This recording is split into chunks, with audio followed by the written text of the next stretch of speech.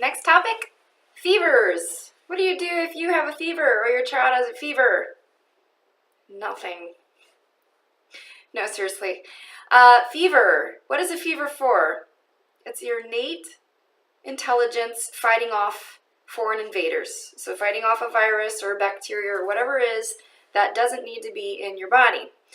Your body has to raise its core temperature in order to send out the troops to fight off the infection. So when you have a fever, although it's very, very sucky and uncomfortable, you don't want to bring it down because then you're inhibiting your body's ability to fight off infection.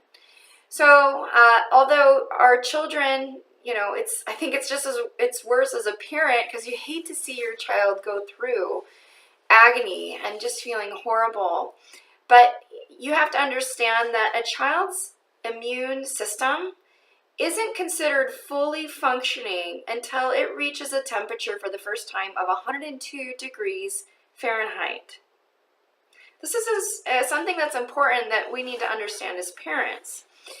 Your immune system has to develop so that you can fight off normal infections and colds and things like flus. And so a lot of childhood illnesses and diseases are very important in that developmental process.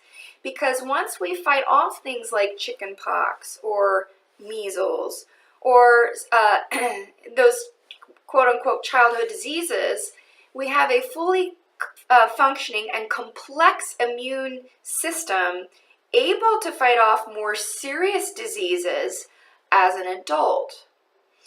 This goes into another topic that we don't have time for with the whole vaccination and measles outbreaks and those types of things. But what you have to understand is that when you're bypassing those childhood diseases, if you happen to get that disease as an adult, it's actually extremely detrimental. It's actually more serious and more severe as an adult than it was as if you're getting it as a child.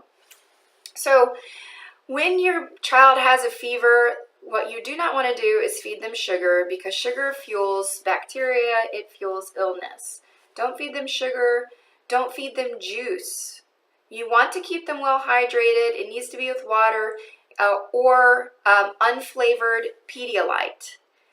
Don't get the flavored kind. It has food coloring in it. It has all kinds of yuck in it. You can get unflavored Pedialyte or just plain water. Okay.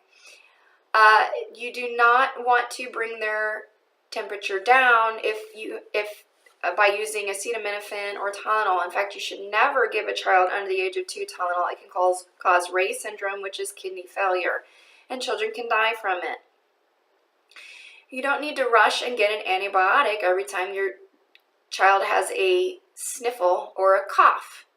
Most of these illnesses, you just have to wait them out.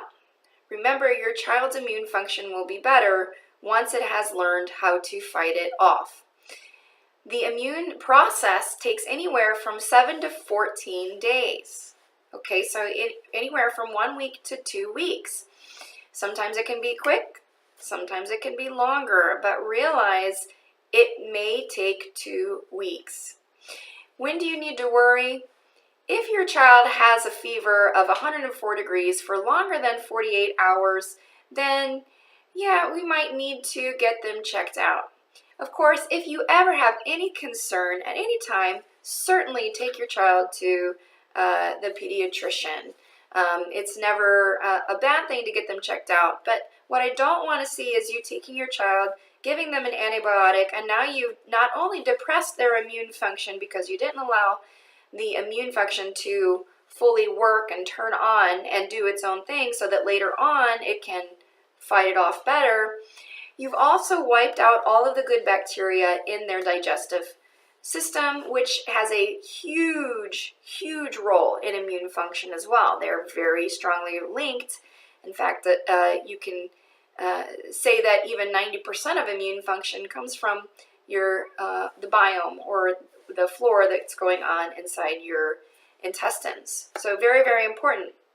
There's been multiple studies that show that as a child has increase in antibiotic use, it also increases their risk of asthma-related conditions multiple times over. So if you ever have a question, please come talk to me. The best thing that you can do if you're sick or if your child is not feeling well is to get adjusted. We talked about last week how there is direct influence to the immune function when you are getting adjusted. That's not me telling you that, that's research, people.